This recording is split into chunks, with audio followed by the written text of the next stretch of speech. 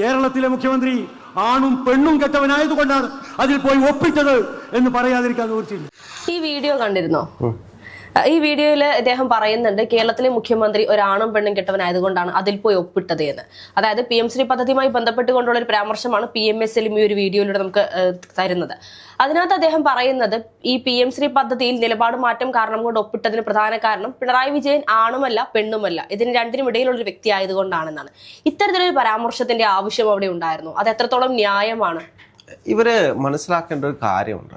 ഇവരെല്ലാം പറയുന്നൊരു കാര്യമുണ്ട്. ഇപ്പം സർക്കാരിൻ്റെ ഈ പദ്ധതികളാണോ വിദ്യാർത്ഥികൾ പഠിക്കേണ്ടത് എന്ന് ചോദിച്ചിട്ടുണ്ട്. അതായത് PM-ശ്രീ പദ്ധതിയിൽ RSSന്റെ അജണ്ടകൾ അല്ലെങ്കിൽ BJPയുടെ അജണ്ടകളാണോ വിദ്യാർത്ഥികൾ പഠിക്കേണ്ടത് എന്നൊരു ചോദ്യമാണ് ഇവിടെ ഉന്നയിക്കുന്നത്.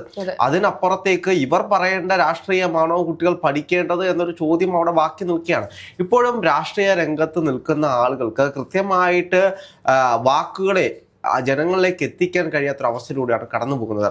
എന്താണ് ഇൻകറക്ട്നെസ് എന്ന് അറിയാൻ പോലും, അല്ലെങ്കിൽ പൊളിറ്റിക്കലി സംസാരിക്കാൻ പാടില്ലാത്ത വിഷയങ്ങൾ എന്തൊക്കെയാണ് എന്ന് ഇപ്പോഴും ഒരു ബോധ്യവുമില്ലാത്ത ഒരുപാട് രാഷ്ട്രീയ പ്രവർത്തകർ നമ്മുടെ നാട്ടിലുണ്ട്. ഈ രാഷ്ട്രീയ പ്രവർത്തകർ എന്ന് പറയുമ്പോൾ നമ്മൾ മനസ്സിലാക്കേണ്ടത് കേരളത്തിന്റെ തലപ്പത്തിരിക്കുന്ന മുഖ്യമന്ത്രിക്ക് പോലും ഇത്തരത്തിലൊരു വിവരം, ഈ ഒരു പൊളിറ്റിക്കൽ ഇൻകറക്ട്നെസ് എന്താണെന്ന് പോലും അറിയാതെ പല രീതിയിൽ അദ്ദേഹത്തിന്റെ പല പ്രസംഗങ്ങളും നമുക്കത് മനസ്സിലായിട്ടുള്ളതാണ്. അല്ല, മുഖ്യമന്ത്രിയിലേക്ക് വരുന്നതിന് മുമ്പിട്ട് മുസ്ലിം ലീഗിന്റെ നിലപാട് ഇതാണോ എന്ന് കഴിഞ്ഞ ദിവസങ്ങളിലെല്ലാം ചർച്ചയായിരുന്നു. ഇപ്പം CPM ആണെങ്കിലും ചോദിക്കുന്ന ഒരു കാര്യമുണ്ട്, മുസ്ലിം ലീഗിന്റെ നിലപാട് ഇത് ശരിയാണോ, ഇതാണോ മുസ്ലിം ലീഗിന്റെ നിലപാട് എന്നൊരു ചോദ്യമുണ്ട്. അതായത് മുസ്ലിം ലീഗിന്റെ നിലപാട് ഇതല്ല എന്ന് പല നേതാക്കന്മാരും തള്ളിയല്ലോ. അല്ല, ഈ വിഷയത്തിൽ നമ്മൾ നോക്കിക്കഴിഞ്ഞാല് ഇപ്പം മുസ്ലിം ലീഗിന്റെ നിലപാട് ഇത് ശരിയാണോ, അതായത് ആണും പെണ്ണും കെട്ട പിണറായി വിജയൻ ഇതാണോ മുസ്ലിം ലീഗിന്റെ നിലപാട് എന്ന് കഴിഞ്ഞ ദിവസങ്ങളിൽ CPMന്റെ എല്ലാ നേതാക്കന്മാരും ചോദിച്ചതാണ്.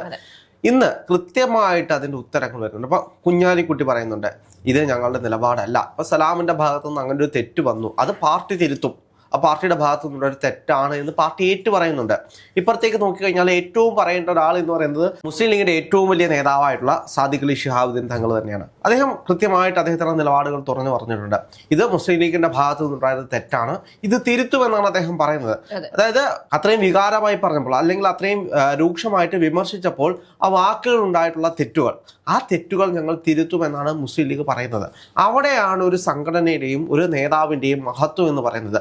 ഇത് മുഖ്യമന്ത്രി പിണറായി വിജയനിലേക്ക് വരികയാണെങ്കിൽ അവസാനമായി അദ്ദേഹം നടത്തിയൊരു പരാമർശമുണ്ട്. അതെ, കഴിഞ്ഞ നിയമസഭാ സമ്മേളനത്തില് പ്രതിപക്ഷ സഖ്യങ്ങളെല്ലാം കൂടെ സമരം ചെയ്തപ്പോൾ അല്ലെങ്കിൽ പ്രതിഷേധം രേഖപ്പെടുത്തിയപ്പോൾ അത് മുഖ്യമന്ത്രി പിണറായി വിജയൻ പറഞ്ഞൊരു വാക്കുണ്ട്, 8 അട്ടിയിട്ടത് വെച്ചതുപോലെ. അപ്പോൾ അവിടെ കൂടെ ഉണ്ടായിരുന്ന ഒരു നിയമസഭയിലെ അംഗമായിട്ടുള്ള ഒരാളെ അയാളുടെ നീളത്തിന്റെ പേരിൽ കളിയാക്കുന്ന ഒരു മുഖ്യമന്ത്രിയെ നമ്മൾ കണ്ടു, അല്ലെങ്കിൽ ബോഡി ഷേമിങ് ചെയ്യുന്ന ഒരു മുഖ്യമന്ത്രിയെ കണ്ടു. അപ്പൊ അത്രയ്ക്കുള്ള രീതിയിൽ ഇപ്പൊ ചിത്തരഞ്ജൻ പറഞ്ഞതാണെന്ന് നമുക്കറിയാം. അപ്പൊ കൈയില്ലാത്ത ഒരാൾ വികലാംഗനെ പോലെ അത്രയും അധിക്ഷേപിക്കുന്ന രീതിയിലുള്ള കാര്യങ്ങൾ നമ്മൾ കണ്ടതാണ്. ഇതിനെയൊന്നും ബോഡി ഷേമിംഗ് ആയിട്ട് ഉൾപ്പെടുത്താൻ സാധിക്കില്ല. അല്ല, ബോഡി ഷേമിങ് ആണെങ്കിലും ആ പാർട്ടി പിന്നീട് ക്ഷമ പറയാനോ അല്ലെങ്കിൽ ചെയ്തത് അല്ലെങ്കിൽ അവരുടെ വായിൽ നിന്നും വീണു പോയിട്ടുള്ള വാക്കുകൾ തെറ്റാണോ എന്ന് പറയാൻ പോലും ഇന്നേ വരെ കഴിയാത്തൊരു പാർട്ടിയാണ് എന്ന് ഓർക്കണം. ഇതിനേക്കാളൊക്കെ ഉപരി ഈ പറയുന്ന പിണറായി വിജയന്റെ ഭാഗത്തുനിന്നും അല്ലെങ്കിൽ CPM പ്രവർത്തകരുടെ ഭാഗത്തുനിന്ന് വരുന്ന വാക്കുകളൊക്കെ ഈ പറയുന്ന CPM എപ്പോഴും ന്യായീകരിക്കാൻ മാത്രമാണ് ശ്രമിച്ചിട്ടുള്ളത്. ഈ ഒരു സാഹചര്യത്തിൽ എന്തർത്ഥത്തിലാണ് ഇവർ ഈ പറയുന്ന മുസ്ലിം ലീഗിനോടും അല്ലെങ്കിൽ PMA സലീമിനോടും മാപ്പ് ആവശ്യപ്പെട്ടുകൊണ്ട് വരുന്നത്, രംഗത്തേക്ക് വരുന്നത് എന്നുള്ളത് വലിയൊരു ചോദ്യം തന്നെയല്ലേ? അല്ല, ഇപ്പൊ ഒരു പാർട്ടിയിലുള്ള ഒരാൾക്ക് തെറ്റുപറ്റി അല്ലെങ്കിൽ അദ്ദേഹം പറഞ്ഞത് തെറ്റാണ് എന്ന് പൂർണ്ണ ബോധ്യമുണ്ടെങ്കിൽ ഒന്നെങ്കിൽ ആ പാർട്ടി തിരുത്തുക, അല്ലെങ്കിൽ ആ പാർട്ടിയിലുള്ള ആളുകൾ അയാളെ തിരുത്താൻ ശ്രമിക്കുക. ഇപ്പൊ ഞാൻ പറയാം, പണ്ട് ഗണേഷ് കുമാർ കോൺഗ്രസിന്റെ ഭരണകാലത്താണ്, ഉമ്മൻചാണ്ടി സർക്കാരിന്റെ കാലത്തായിരുന്ന സമയത്ത് അദ്ദേഹം നടത്തിയൊരു പ്രസംഗമുണ്ട്. VS അച്യുതാനന്ദനെ കാമപ്രാന്തൻ എന്ന് വിളിച്ചൊരു വിഷയമുണ്ട്. അതായത് അദ്ദേഹം ഈ ജനങ്ങളുടെ മുന്നിലേക്ക് വന്നിട്ട് VSനെ ഒരുപാട് ആക്ഷേപിക്കുന്ന കൂട്ടത്തിൽ പറഞ്ഞു പോവാണ്, VS ഒരു കാമപ്രാന്തനാണ്, വയസ്സാകുമ്പോൾ ചിലർക്കുണ്ടാകുന്ന രോഗമാണ്. അത്തരത്തിൽ VS അച്യുതാനന്ദനെ അത്രത്തോളം ആക്ഷേപിച്ചൊരു നേതാവായിരുന്നു ഗണേഷ് കുമാർ എന്ന് പറയുന്നത്. പക്ഷേ അതിന്റെ അടുത്ത ദിവസം തുടങ്ങിയ നിയമസഭാ സമ്മേളനത്തിൽ ആദ്യം തന്നെ മുഖ്യമന്ത്രി ഉമ്മൻചാണ്ടി എണ്ണീറ്റ് നിയമസഭയിൽ പറഞ്ഞൊരു കാര്യമുണ്ട്, കഴിഞ്ഞ ദിവസം ഞങ്ങളുടെ കക്ഷിയിൽ നിന്നും ഉണ്ടായ ഒരാൾ അല്ലെങ്കിൽ ഞങ്ങളുടെ ഭാഗത്തു നിന്നുള്ളൊരു നേതാവിന് ഒരു തെറ്റുപറ്റി. അദ്ദേഹം പറഞ്ഞത് രൂക്ഷമായിട്ടുള്ള ഭാഷയായിരുന്നു. അദ്ദേഹത്തിൻ്റെ ഭാഷയിൽ തെറ്റുകളുണ്ട്. അതിന് ഞാൻ ക്ഷമ ചോദിക്കുന്നു, എൻ്റെ പാർട്ടിയിൽ നിന്നുള്ള രീതിയിൽ ഞാൻ ക്ഷമ ചോദിക്കുന്നു എന്ന് പറഞ്ഞൊരു കാര്യമുണ്ട്.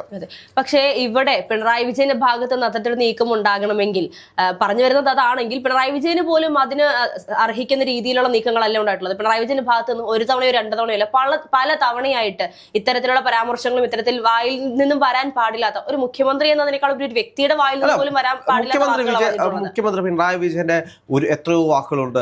പരനാറി തുടങ്ങി എണ്ണിയാൽ ഒടുങ്ങാത്ത എത്രയോ ഭാഷകൾ. ഇതെല്ലാം നാട്ടുഭാഷയാണ് എന്ന് പറഞ്ഞപ്പം മണിയാശാൻ ഉണ്ടല്ലോ, മണിയാശാനൊക്കെ എന്തെല്ലാം വിവരക്കേടുകൾ പറയുന്നുണ്ട്. ഇതെല്ലാം തെറ്റാണ് എന്ന് പറയാൻ, അല്ലെങ്കിൽ അവരുടെ വായിൽ നിന്നും വന്നിട്ടുള്ള ഭാഷ തെറ്റാണ് എന്ന് പറയാൻ, അതിൽ പൊളിറ്റിക്കലി തെറ്റായിട്ടുള്ള വാക്കാണ് എന്ന് പറയാൻ ഇന്നേ വരെ ആ സംഘടന തയ്യാറായിട്ടില്ല.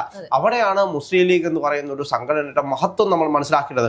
ഒരു നേതാവ് സിപിഎമ്മിന്റെ ഭാഗത്തുനിന്ന് വരുന്നതെല്ലാം തന്നെയും നാക്കുപിഴയും അതല്ലെങ്കിൽ നാട്ടുഭാഷയും എന്ന് പറയുമ്പോൾ അത് മറ്റേതെങ്കിലും പാർട്ടിയുടെ ഭാഗത്തു നിന്ന് തനിക്കെതിരെ വരുന്ന സാഹചര്യത്തിൽ അത് മാത്രം പൊളിറ്റിക്കൽ ഇൻകറക്ട്നെസ് ആണെന്നാണ് സിപിഎം പറയുന്നത്. പക്ഷെ അതെങ്ങനെയാണ് ശരിയാകുന്നത്? ഒരു പുരോഗമന പ്രസ്ഥാനം എന്ന് സ്വയം പറയുന്ന പാർട്ടി മനസ്സിലാക്കേണ്ട ഒരു കാര്യമാണ്.